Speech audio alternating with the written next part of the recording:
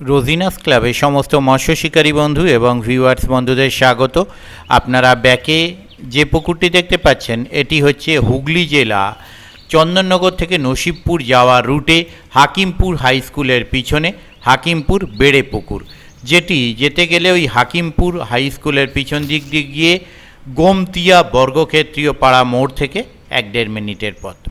যারা গেছেন তারা অবশ্যই জানেন এই পুকুরে গ্রীষ্মকালীন পাস চলেছিল এবং সেই পাশে যে কদিন পাস চলেছিল 2-3 দিন তার কি রিপোর্ট ছিল সেটি আমি আপনাদের সঙ্গে শেয়ার করেছিলাম। আপনারা দেখেছেন বড় মাছও উঠেছিল, কম বেশি বিভিন্ন সাইজের মাছ শিকারী বন্ধুরা ধরেছিলেন, কেউ কম কেউ বেশি, বিভিন্ন ধরনের ব্যাপার। তো সেই রিপোর্ট আপনারা দেখেছেন।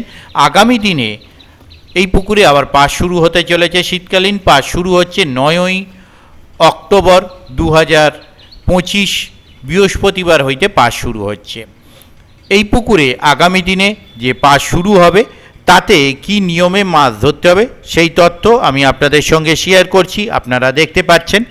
আর এই পুকুরে কাতলা মাছ 7 কিলো প্লাস, ছোট থেকে 7 কিলো প্লাস পর্যন্ত কাতলা মাছ আছে, এছাড়া অন্যান্য মাছ আছে।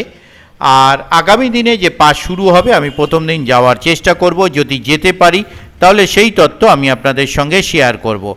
আর বাংলার মোস্ট প্রবাবলি সেটি পড়ছে 22 তারিখ, 9ই অক্টোবর, আর বাংলার পড়ছে 22 তারিখ। 22 তারিখ পাসটি শুরু হচ্ছে।